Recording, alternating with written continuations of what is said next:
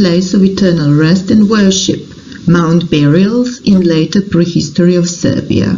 Long tradition of research on prehistoric mounds in the territory of Serbia, which goes back to the 19th century, as well as increased interest in mortuary archaeology during the last decades, rendered the results of the excavations useful to recognize regularities specific for particular chronological and/or territorial units. In this geographically diverse region of the Central Balkans and southernmost part of the Carpathian Basin, the phenomenon of burying dead under mounds can be traced back to the final Eneolithic and the beginning of the Bronze Age, roughly the first half of the 3rd millennium BC. The prolonged tradition is confirmed throughout the Bronze and Iron Ages.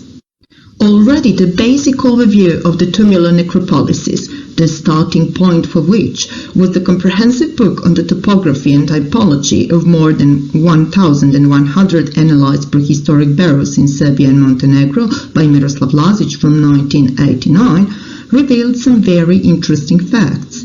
There are sites in which tumuli from different periods of later prehistory can be found clustered within a restricted area.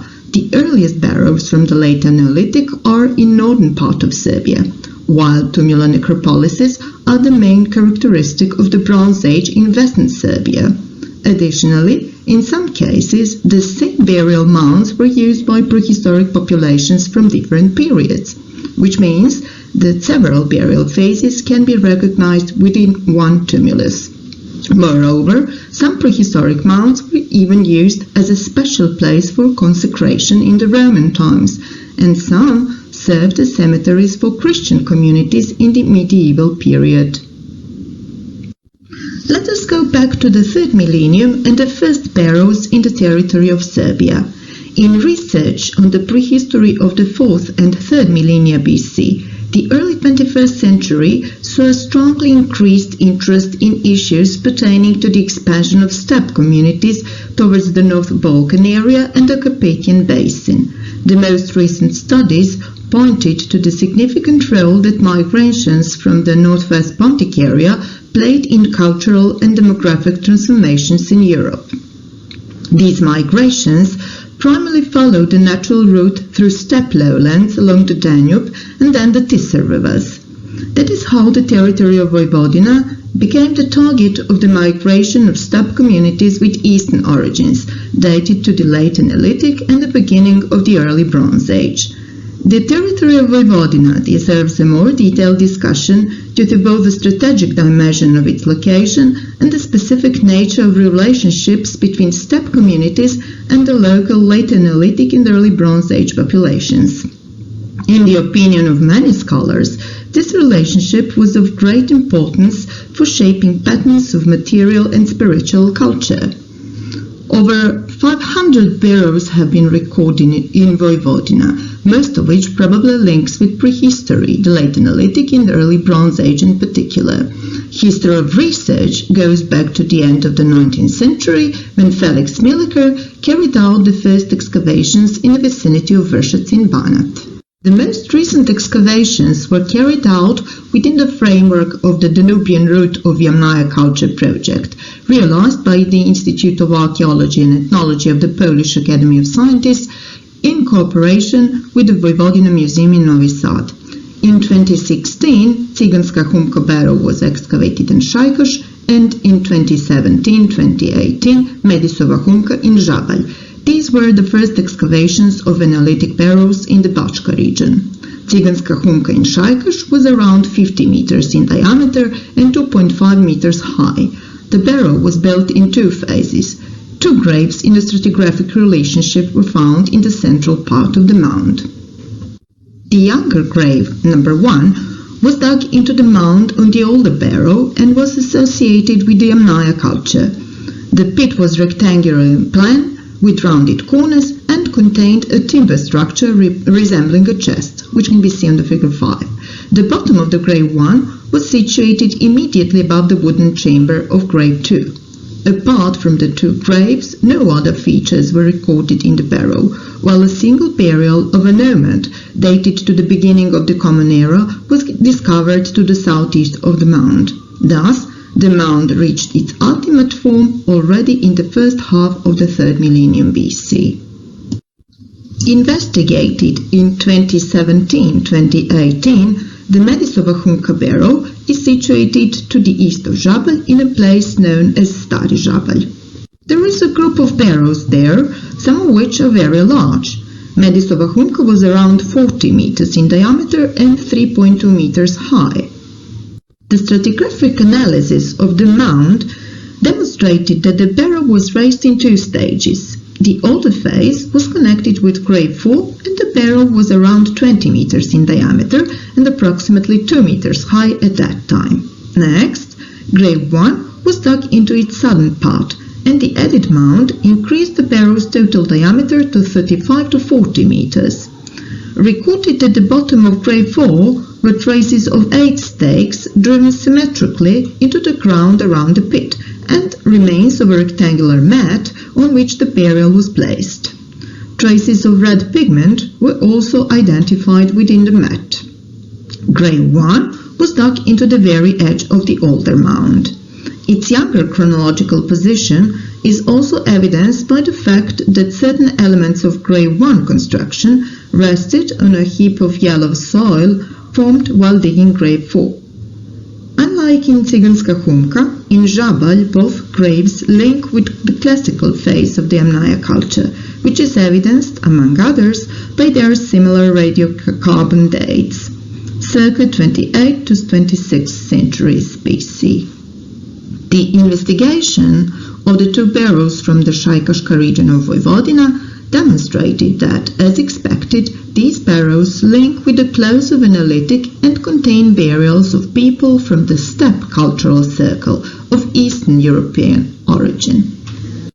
Just like in the case of the Eneolithic mounds from the northern part of Serbia, excavations of the Central Balkan tumular necropolises in western Serbia have a long history of research, which goes back to the 19th century.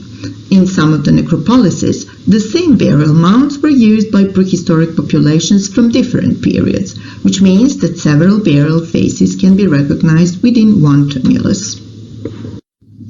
Interestingly, in the developed Middle Bronze Age of Central Serbia, the deceased were often buried in the mounds from the Early Bronze Age.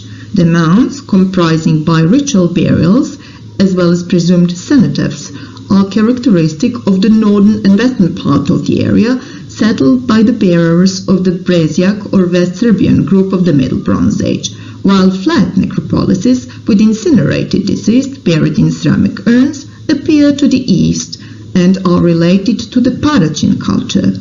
The phenomenon of contact zone between these very different cultural entities was noticed in the valley of the river West Morava by the mountain periphery, as it was the case in preceding and succeeding periods of the Bronze Age.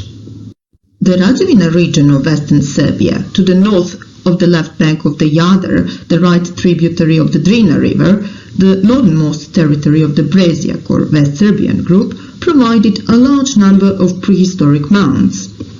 The site of Paolje, near the village of Brezjak near Loznica, with its long research history, was particularly prolific.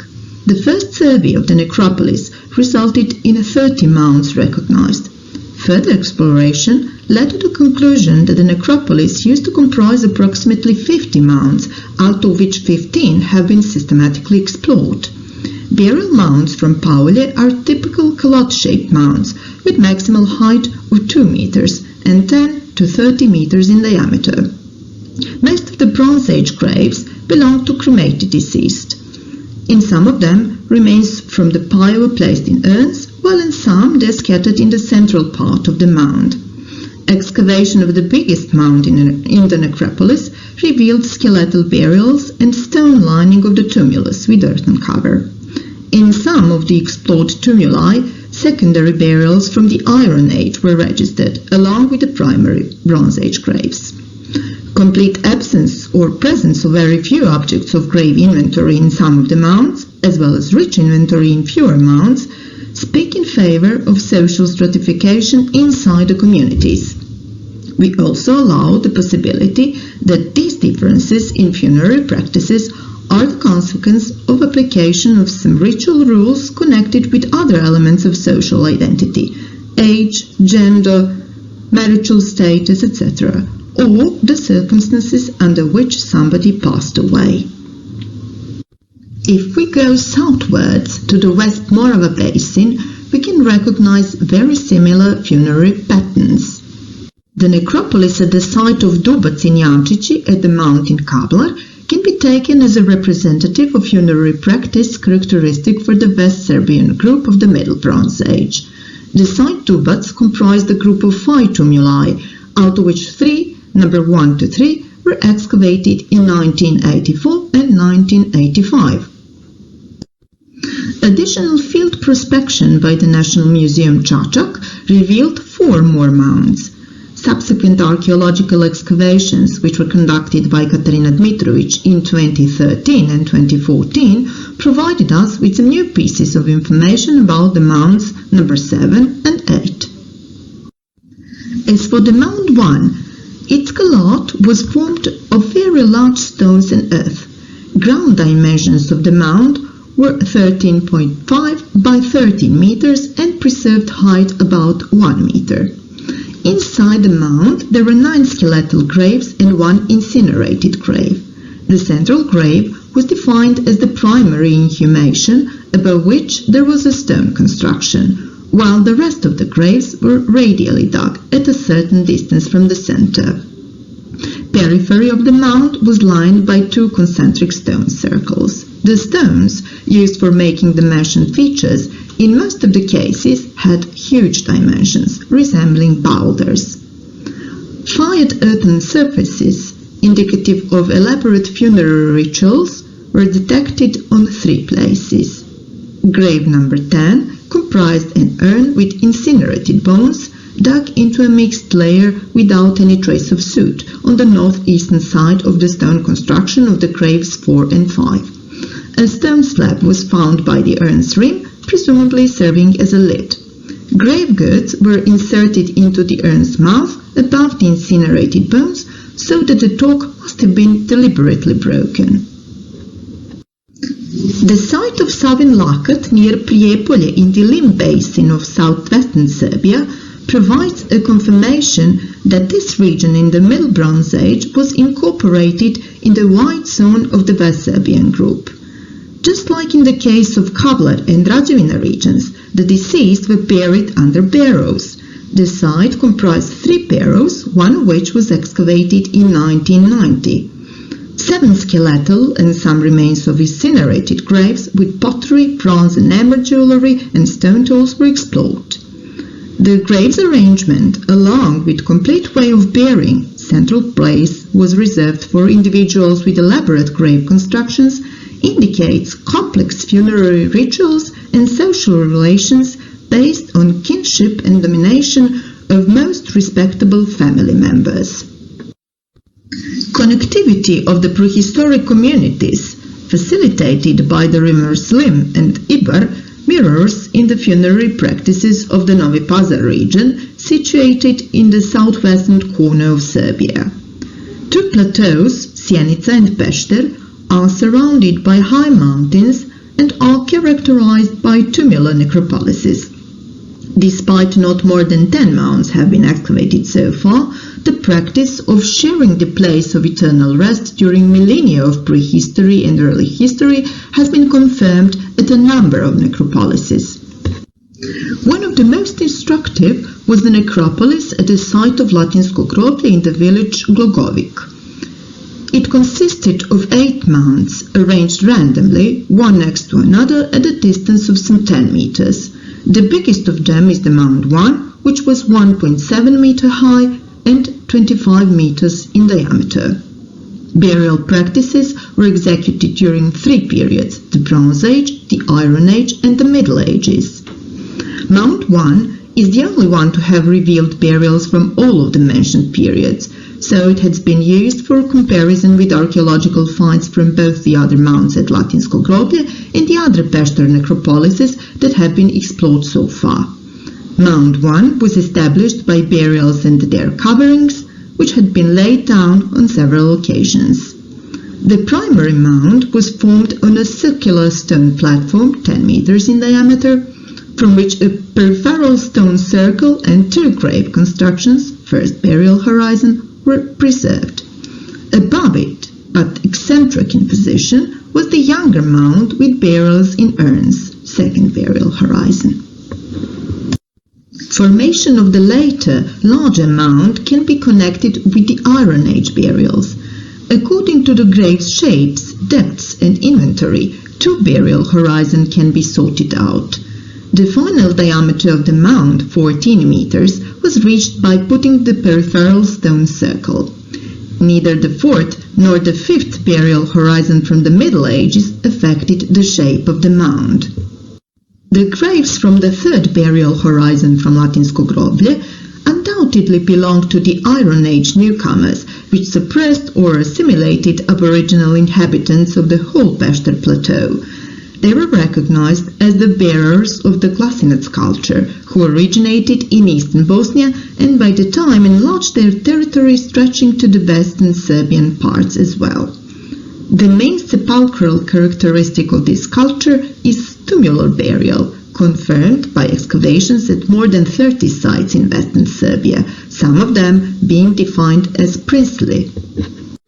Members of local Iron Age elites of the 6th and 5th centuries BC found their final rest at the necropolises Atenica near Čačak, Pilotovići near Požega, Novi Pazar and Kruševica, supplied by imported Greek ceramics and metal dishes, jewelry made of amber and precious metals, usually of Greek and Italic provenance, chariots and horse harness.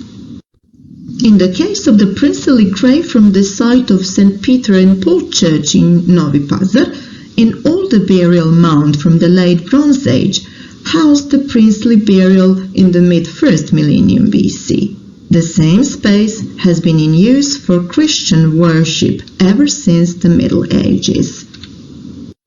The two princely mounds from Atenica had 70 and 35 meters in diameter respectively, which is much more in comparison to the usual mounds in the region, which measured 10 to 15 meters.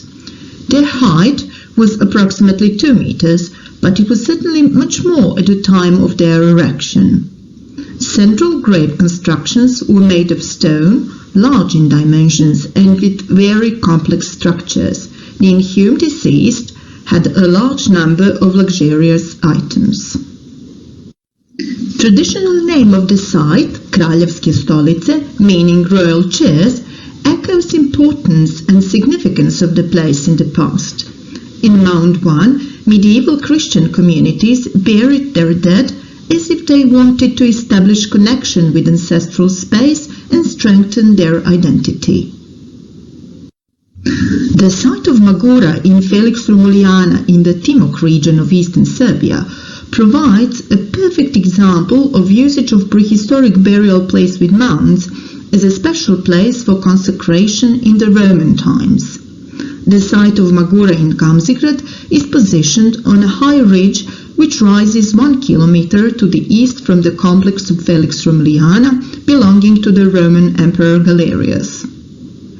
On the spacious plateau on the top of the ridge, beneath the imperial mausolea and consecrative burials, Dragoslav Srević and Miroslav Lazić in the 1990s excavated a Bronze Age necropolis. It consisted of 82 densely packed circular stone constructions in which ceramic urns with remains of cremated deceased had been placed.